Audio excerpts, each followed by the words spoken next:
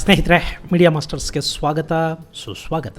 ಗೆಳೆಯರೆ, ಲದಾಖಲ್ಲಿ ಮ್ಯಾಗ್ಸೆಸೆ ಪ್ರಶಸ್ತಿ ವಿಜೇತ ಸೋನಂ ವಾಂಗ್ಚುಕ್ ಅವರ 21 ದಿನಗಳ ಸತ್ಯಾಗ್ರಹ ಮುಕ್ತಾಯವಾಗಿದೆ. ಭಾರತದ ಪ್ರಧಾನಿ ನರೇಂದ್ರ ಮೋದಿ ಹಾಗೂ ಗೃಹ ಸಚಿವ ಅಮಿತ್ ಶಾ ಲದಾಖ್ನ ವಿಷಯದಲ್ಲಿ ಮುತ್ಸದ್ದಿತನವನ್ನು ತೋರಿಸಬೇಕು, ಕೊಟ್ಟ ಮಾತನ್ನು ಉಳಿಸ್ಕೋಬೇಕು ಅಂತ ಹೇಳೋ ಮೂಲಕ ವಾಂಗ್ಚುಕ್ ಕೊರೆಯುವ ಚಳಿಯಲ್ಲಿ ಲದಾಖಿನ ಬಯಲಲ್ಲಿ ಕೇವಲ ನೀರು ಮತ್ತು ಉಪ್ಪು ಮಾತ್ರ ಸೇವನೆ ಮಾಡ್ತಾ ಆರಂಭಿಸಿದ್ದ ಕ್ಲೈಮೇಟ್ ಫಾಸ್ಟಿಂಗ್ಗೆ ತಾತ್ಕಾಲಿಕ ವಿರಾಮವನ್ನು ಘೋಷಿಸಿದ್ದಾರೆ. 21 ದಿನಗಳ ಅವಧಿಯವರೆಗೆ ಅವರು ಮಾಡ್ತಾ ಇದ್ದ ಉಪವಾಸ ಸತ್ಯಾಗ್ರಹ ಕೊನೆಗೊಂಡಿದೆ. ಆದರೂ ಬೇಡಿಕೆಗಳು ಈಡೇರುವವರೆಗೆ ನಮ್ಮ ಹೋರಾಟ ನಿಲ್ಲೋದಿಲ್ಲ ಅಂತ ವಾಂಗ್ಚುಕ್ ಹೇಳಿದ್ದಾರೆ. ಹಾಗಾದರೆ ಲದಾಖಲ್ಲಿ ಏನಾಗ್ತಾ ಇದೆ?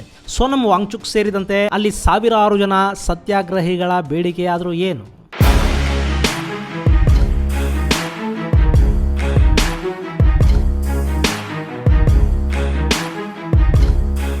ಗೆಳೆಯರೆ, 2019ರಲ್ಲಿ ಜಮ್ಮು ಕಾಶ್ಮೀರಕ್ಕಿದ್ದ ರಾಜ್ಯದ ಸ್ಥಾನಮಾನವನ್ನು ಕಿತ್ತುಕೊಂಡು ಅದಕ್ಕಿದ್ದ ಆರ್ಟಿಕಲ್ 370 ಅನ್ನೋ ವಿಶೇಷ ಕಿರೀಟವನ್ನು ಕೂಡ ಕಿತ್ತು ಜಮ್ಮು ಕಾಶ್ಮೀರ ಹಾಗೂ ಲದಾಖ್ ಅಂತ ಅದನ್ನು ವಿಭಜಿಸಿ 2 ಪ್ರತ್ಯೇಕ ಕೇಂದ್ರಾಡಳಿತ ಪ್ರದೇಶಗಳನ್ನಾಗಿ ಮಾಡಿದ್ದು ನಿಮಗೆ ಗೊತ್ತಿದೆ. ಅವತ್ತು ಜಮ್ಮು ಕಾಶ್ಮೀರದ ನಾಯಕರು ಪ್ರತಿಭಟನೆಗಳನ್ನು ಆರಂಭ ಮಾಡಿದ್ರು.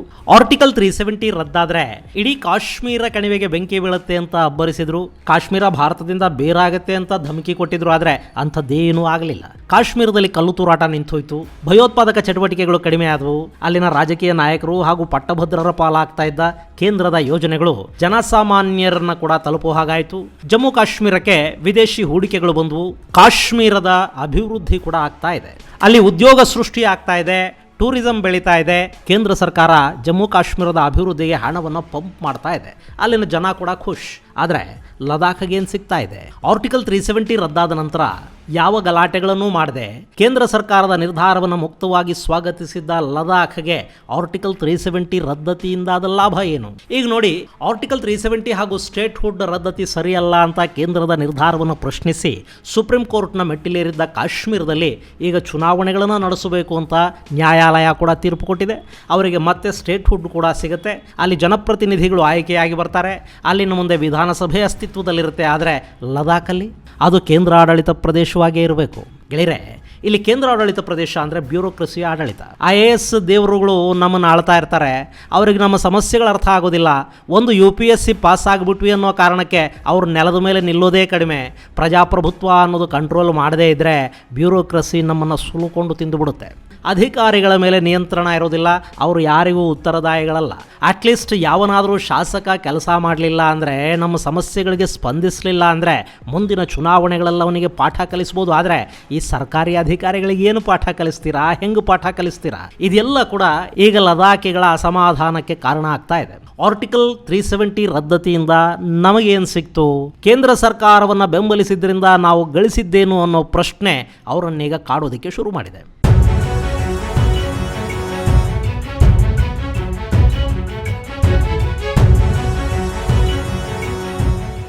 ಇಲ್ಲಿ ಕೇಂದ್ರ ಸರ್ಕಾರ ಜಮ್ಮು ಕಾಶ್ಮೀರ ಹಾಗೂ ಲದಾಖ್ ವಿಷಯದಲ್ಲಿ ಹೇಗೆ ನಡ್ಕೋತಾ ಇದೆ ಅಂದರೆ, ಈಗ BJP ತನ್ನ ನಿಷ್ಠಾವಂತ ಕಾರ್ಯಕರ್ತರು ಹಾಗೂ ಬೇರೆ ಪಕ್ಷಗಳಿಂದ ಬಂದವರು ಆಗಾಗ ಪಕ್ಷ ಬಿಟ್ಟು ಹೋಗಿ ಬಂದು ಮಾಡಿದವರ ವಿಷಯದಲ್ಲಿ ನಡ್ಕೊಳ್ತಾ ಇರೋ ರೀತಿ ಇದೆ ನೋಡಿ.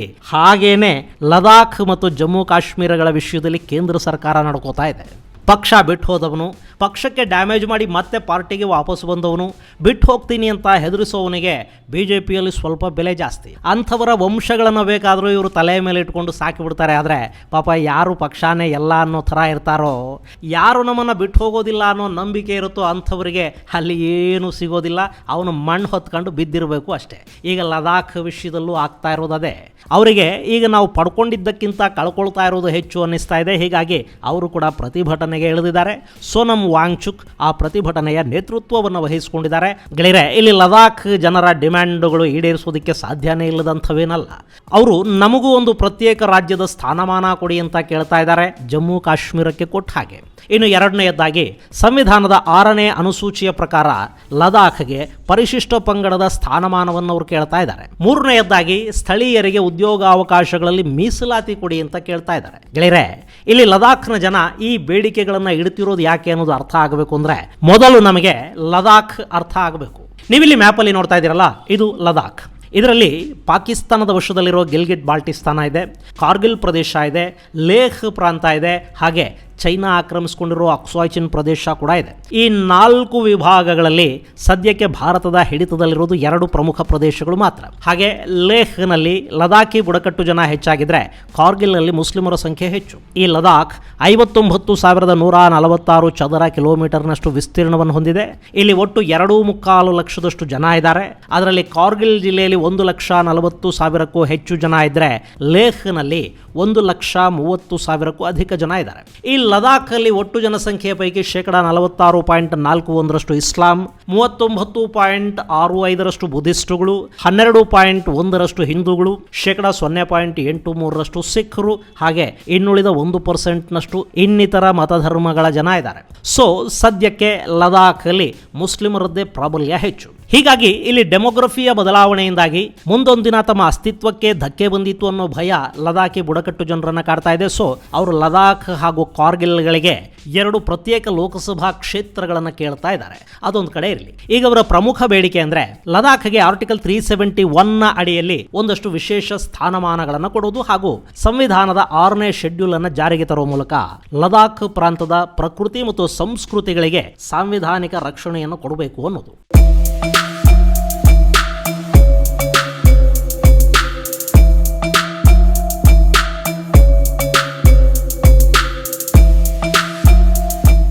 ಗೆಳೆಯರೆ, ಇಲ್ಲಿ ಸಂವಿಧಾನದ 6ನೇ ಶೆಡ್ಯೂಲ್ ಇದೆಯಲ್ಲ, ಅದು ಪ್ರಾದೇಶಿಕವಾಗಿ ಬುಡಕಟ್ಟು ಜನರ ಹಕ್ಕುಗಳ ರಕ್ಷಣೆಗೆ ಆದ್ಯತೆಯನ್ನು ಕೊಡುತ್ತೆ. ಈಗ ಈ ಶೆಡ್ಯೂಲ್ನ ಉಪಯೋಗವನ್ನ ಈಶಾನ್ಯ ರಾಜ್ಯಗಳು ಪಡ್ಕೊಳ್ತಾ ಇವೆ. ಅಲ್ಲಿನ ಬುಡಕಟ್ಟು ಜನರ ರಕ್ಷಣೆಗೆ ಅವರಿಗೆ ಸಿಗಬೇಕಾದ ಸವಲತ್ತುಗಳನ್ನು ಒದಗಿಸೋದಕ್ಕೆ ಇದು ಸಹಾಯ ಮಾಡ್ತಾ ಇದೆ. ಈ 6ನೇ ಶೆಡ್ಯೂಲ್ ಪ್ರಕಾರ ಎಲ್ಲೆಲ್ಲಿ ಬುಡಕಟ್ಟು ಜನಾಂಗ ವಾಸ ಮಾಡ್ತಾ ಇದೆಯೋ ಆ ಭಾಗಗಳಲ್ಲಿ ಆಟೋನಮಸ್ ಡಿಸ್ಟ್ರಿಕ್ಟ್ ಕೌನ್ಸಿಲ್ಗಳನ್ನು ರಚಿಸಿ ಅಲ್ಲಿನ ಆಡಳಿತವನ್ನು ಕೌನ್ಸಿಲ್ಗಳಿಗೆ ವಹಿಸಿಕೊಡಲಾಗುತ್ತೆ. ಈ ಉದಾಹರಣೆಗೆ ಅಸ್ಸಾಂ, ಮೇಘಾಲಯ ಹಾಗೂ ಮಿಜೋರಾಂಗಳಲ್ಲಿ 3 ಆಟೋನಮಸ್ ಜಿಲ್ಲೆಗಳಿವೆ. ಹಾಗೆ ತ್ರಿಪುರಾದಲ್ಲಿ ಕೂಡ 1 ಆಟೋನಮಸ್ ಜಿಲ್ಲೆಯನ್ನು ಮಾಡಲಾಗಿದೆ. ಈ ಜಿಲ್ಲೆಗಳಲ್ಲಿ ಕಾರ್ಯನಿರ್ವಹಿಸ್ತಾ ಇರೋ ಆಟೋನಮಸ್ ಡಿಸ್ಟ್ರಿಕ್ಟ್ ಕೌನ್ಸಿಲ್ ಅಂದರೆ ADC ಅಲ್ಲಿನ ಜನ, ಭೂಮಿ, ಸಂಸ್ಕೃತಿ ಹಾಗೂ ಸಂಪ್ರದಾಯಗಳನ್ನು ರಕ್ಷಣೆ ಮಾಡುತ್ತೆ. ಇನ್ನು 1949ರಲ್ಲಿ ಸಂವಿಧಾನದ 244ನೇ ಆರ್ಟಿಕಲ್ನ ಅಡಿಯಲ್ಲಿ ಈ 6ನೇ ಶೆಡ್ಯೂಲ್ ಅನ್ನ ಜಾರಿಗೆ ತರಲಾಯಿತು. ವಿಶೇಷವಾಗಿ ಅವತ್ತಿಗೆ ಈಶಾನ್ಯ ರಾಜ್ಯಗಳನ್ನ ಗಮನದಲ್ಲಿಟ್ಟುಕೊಂಡೇ ಈ ಶೆಡ್ಯೂಲ್ ಅನ್ನು ಜಾರಿಗೆ ತಂದರು. ಈಗ ಇದೇ ಶೆಡ್ಯೂಲ್ನ ಮೂಲಕ ನಮ್ಮ ಹಕ್ಕುಗಳನ್ನು ಕೂಡ ರಕ್ಷಿಸಿ ಅಂತ ಕೇಳ್ತಾ ಇದ್ದಾರೆ ಲದಾಖಿನ ಜನ. ಇಲ್ಲಿ ಅದರ ಅಗತ್ಯ ಏನಿದೆ ಅನ್ನೋದನ್ನ ನಾವು ನೋಡೋದಾದ್ರೆ, ಕಾರ್ಗಿಲ್ ಮತ್ತು ಲೇಹ್ ಜಿಲ್ಲೆಗಳ ಲೆಕ್ಕಾಚಾರದಲ್ಲಿ ಲದಾಖಿಗಳು ಹೆಚ್ಚಾಗಿದ್ರೂ ಮುಸ್ಲಿಮರ ಸಂಖ್ಯೆ ಕೂಡ ಅಲ್ಲಿ ದಿನೇ ದಿನೇ ಹೆಚ್ಚಾಗ್ತಾ ಹೋಗ್ತಾ ಇದೆ. ಅಲ್ಲಿನ ಮೂಲ ನಿವಾಸಿಗಳು ಲದಾಖಿಗಳು, ಅದು ಹಿಮಾಲಯದ ಬುಡಕಟ್ಟು ಜನಾಂಗ. ಇಲ್ಲಿ ಅವರಿಗೆ ಶೆಡ್ಯೂಲ್ 6ನ ರಕ್ಷಣೆ ಸಿಗದೇ ಇದ್ರೆ ಅವರು ಮುಂದಿನ ದಿನಗಳಲ್ಲಿ ತಮ್ಮ ಎಲ್ಲ ಹಕ್ಕುಗಳನ್ನು ಕಳ್ಕೋಬೇಕಾಗತ್ತೆ. ಅಲ್ಲಿನ ಮೂಲ ಸಂಸ್ಕೃತಿ ಆಚರಣೆಗಳನ್ನು ಕಾಪಾಡಿಕೊಳ್ಳೋದಕ್ಕೆ ಅವರಿಗೆ ಸಾಧ್ಯ ಆಗೋದಿಲ್ಲ. ಅಲ್ಲಿನ ನೆಲದ ಮೇಲಿನ ಹಿಡಿತವನ್ನು ಕೂಡ ಅವರು ಕಳ್ಕೋಬೇಕಾಗಿ ಬರುತ್ತೆ. ಕಾಶ್ಮೀರದ ಮೂಲ ನಿವಾಸಿಗಳು ಅನ್ನಿಸ್ಕೊಳ್ಳೋ ಕಾಶ್ಮೀರಿ ಪಂಡಿತರು ಹೇಗೆ ಕಾಶ್ಮೀರದಿಂದ ದೂರ ಆದ್ರೋ ಹಾಗೆ ಲದಾಖಿಗಳು ಕೂಡ ತಮ್ಮ ಮೂಲ ಸ್ಥಾನದಿಂದ ದೂರ ಆಗುವ ಪರಿಸ್ಥಿತಿ ಮುಂದೆ ಬರಬಹುದು ಅನ್ನುವ ಆತಂಕ ಅವರದ್ದು. ಇನ್ನು ಆರ್ಟಿಕಲ್ 370ಯ ವಿಶೇಷ ಸ್ಥಾನಮಾನವನ್ನು ರದ್ದು ಮಾಡಿ ಇಲ್ಲಿ ಶೆಡ್ಯೂಲ್ 6 ಅನ್ನ ಅವರಿಗೆ ಕೊಟ್ರೆ ಆರ್ಟಿಕಲ್ 370 ರದ್ದು ಮಾಡಿ ಒಂದು ಭಾಗ್ಯ ಏನು ಅನ್ನೋ ಪ್ರಶ್ನೆ ನಿಮ್ಮನ್ನ ಕಾಡಬಹುದು. ಗೆಳೆಯರೆ, ಇಲ್ಲಿ ಆರ್ಟಿಕಲ್ 370 ಅನ್ನೋದು ಇಡೀ ಜಮ್ಮು ಕಾಶ್ಮೀರಕ್ಕೆ ಅನ್ವಯ ಆಗ್ತಾ ಇತ್ತು. ಅದರ ಜೊತೆಗೆ ಆರ್ಟಿಕಲ್ 35A ಭಾರತದ ಇನ್ನಿತರ ರಾಜ್ಯಗಳ ಯಾರೂ ಕೂಡ ಜಮ್ಮು ಕಾಶ್ಮೀರದಲ್ಲಿ ಆಸ್ತಿಪಾಸ್ತಿಗಳನ್ನು ಖರೀದಿ ಮಾಡದ ಹಾಗೆ ತಡೀತಾ ಇತ್ತು. ಅದು ಇಡೀ ಜಮ್ಮು ಕಾಶ್ಮೀರಕ್ಕೆ ಅಂದರೆ ಆ ಇಡೀ ರಾಜ್ಯಕ್ಕೆ ಅನ್ವಯವಾಗ್ತಾ ಇದ್ದ ಕಾನೂನಾಗಿತ್ತು. ಆದರೆ ಈ ಶೆಡ್ಯೂಲ್ 6 ಅನ್ನೋದು ಹಾಗಲ್ಲ. ಇಲ್ಲಿ ರಾಜ್ಯದ ಕೆಲ ಜಿಲ್ಲೆಗಳಲ್ಲಿ ಅಂದರೆ ಯಾವ ಜಿಲ್ಲೆಗಳಲ್ಲಿ ಬುಡಕಟ್ಟು ಜನಾಂಗ ಹೆಚ್ಚಾಗಿ ವಾಸ ಮಾಡ್ತಾರೋ ಅಂಥ ಜಿಲ್ಲೆಗಳನ್ನು ಗುರುತಿಸಿ ಅಲ್ಲಿನ ಜನರ ಹಕ್ಕುಗಳನ್ನು, ಅವರ ಸಂಸ್ಕೃತಿಯನ್ನು, ಅವರ ಆಚರಣೆಗಳನ್ನು, ಬುಡಕಟ್ಟು ಸಂಪ್ರದಾಯಗಳನ್ನು ಕಾಪಾಡೋ ನಿಟ್ಟಲ್ಲಿ ಅವರಿಗೊಂದಷ್ಟು ವಿಶೇಷ ರಕ್ಷಣೆಯನ್ನು ಒದಗಿಸುವ ಸಲುವಾಗಿ ಮತ್ತು ಅವರ ಆಡಳಿತವನ್ನು ಅವರೇ ನೋಡಿಕೊಳ್ಳೋದಕ್ಕೆ ಅನುಕೂಲವಾಗೋ ಹಾಗೆ ಅಲ್ಲಿ ADCಗಳನ್ನು ರಚನೆ ಮಾಡಲಾಗುತ್ತೆ. ಇದಿಷ್ಟೇ ಎರಡರ ನಡುವಿನ ವ್ಯತ್ಯಾಸ. ಇಲ್ಲಿ ADC ರಚನೆಯಾದ ನಂತರ ಕೂಡ ಆ ರಾಜ್ಯಗಳ ಆಡಳಿತ ಭಾರತ ಸರ್ಕಾರದ ಅಧೀನದಲ್ಲೇ ಇರುತ್ತೆ. ಆದರೆ ಬುಡಕಟ್ಟು ಜನರ ಹಕ್ಕುಗಳನ್ನು ರಕ್ಷಿಸಲಾಗುತ್ತೆ.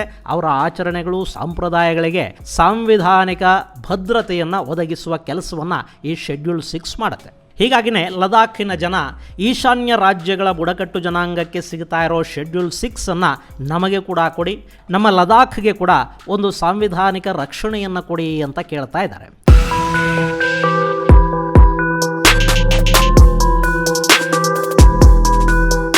ಇನ್ನು ಇಲ್ಲಿ ಸೋನಂ ವಾಂಗ್ಚುಕ್ ಅವರನ್ನ ಕಾಡ್ತಾ ಇರೋ ಮತ್ತೊಂದು ಭಯ ಅಂದ್ರೆ ಲದಾಖಿನ ಪರ್ಯಾವರಣ ಇಲ್ಲಿ ಸಂಪೂರ್ಣವಾಗಿ ಹಾಳಾಗಿ ಹೋಗುತ್ತೋ ಅನ್ನೋದು. ಈಗಾಗಲೇ ಕಾಶ್ಮೀರಕ್ಕೆ ಸಾಕಷ್ಟು ವಿದೇಶಿ ಹೂಡಿಕೆ ಹರಿದು ಬರ್ತಾ ಇದೆ. ಜಮ್ಮು ಕಾಶ್ಮೀರದಲ್ಲಿ ಟೂರಿಸಂ ಇದೆ, ಅಲ್ಲಿ ಹಣ್ಣು ಬೆಳೀತಾರೆ, ಕೇಸರಿ ಬೆಳೀತಾರೆ. ಆದರೆ ಲದಾಖ್ ಅನ್ನೋದು ಹಾಗಲ್ಲ. ಅದು ಹಿಮದಿಂದ ಆವೃತವಾದ ಗುಡ್ಡಗಾಡು ಪ್ರದೇಶ. ಅಲ್ಲಿ ಸಮೃದ್ಧವಾದ ಖನಿಜ ಸಂಪನ್ಮೂಲಗಳಿವೆ. ಹೀಗಾಗಿ ಅಲ್ಲಿ ಕೂಡ ಖನಿಜಗಳ ಮೇಲೆ ಕಣ್ಣು ಹಾಕಿ ಮೈನಿಂಗನ್ನು ಶುರು ಮಾಡಿಬಿಟ್ರೆ ಪರ್ಯಾವರಣ ಅನ್ನೋದು ಸಂಪೂರ್ಣವಾಗಿ ಹಾಳಾಗಿ ಹೋಗುತ್ತೆ. ಹಾಗಾಗಬಾರ್ದು ಅಂದರೆ ಅಲ್ಲಿ ಶೆಡ್ಯೂಲ್ 6 ಅನ್ನೋದು ಬೇಕೇ ಬೇಕು ಅನ್ನೋದು ಸೋನಂ ವಾಂಗ್ಚುಕ್ ಅವರ ಅಭಿಮತ. ಈ ಬಗ್ಗೆ ಈ ಹಿಂದೆ ಪ್ರಧಾನಿ ಮೋದಿ ಹಾಗೂ ಅಮಿತ್ ಶಾ ನಮಗೆ ಮಾತು ಕೊಟ್ಟಿದ್ದಾರೆ. ಅದನ್ನು ಅವರು ಉಳಿಸ್ಕೋಬೇಕು. ರಾಮನ ಭಕ್ತರಾಗಿರುವ ಮೋದಿ ಶ್ರೀರಾಮನಂತೆ ಕೊಟ್ಟ ಮಾತನ್ನು ಉಳಿಸ್ಕೋಬೇಕು ಅಂತ ಸೋನಂ ವಾಂಗ್ಚುಕ್ ಒತ್ತಾಯ ಮಾಡ್ತಾ ಇದ್ದಾರೆ.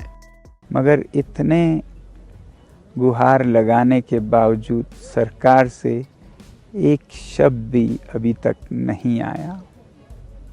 तो इस पर मैं आज 2 संदेश भेजना चाहूँगा. एक श्री अमित शाह जी से, गृह मंत्री जी, और दूसरे मोदी जी से, देश के प्रधानमंत्री जी से. अमित शाह जी से संदेश, मैं अभी देख रहा था उनके एक इंटरव्यू में, उन्होंने कहा है कि वो जैन नहीं हैं, वो हिंदू वैष्णव हैं.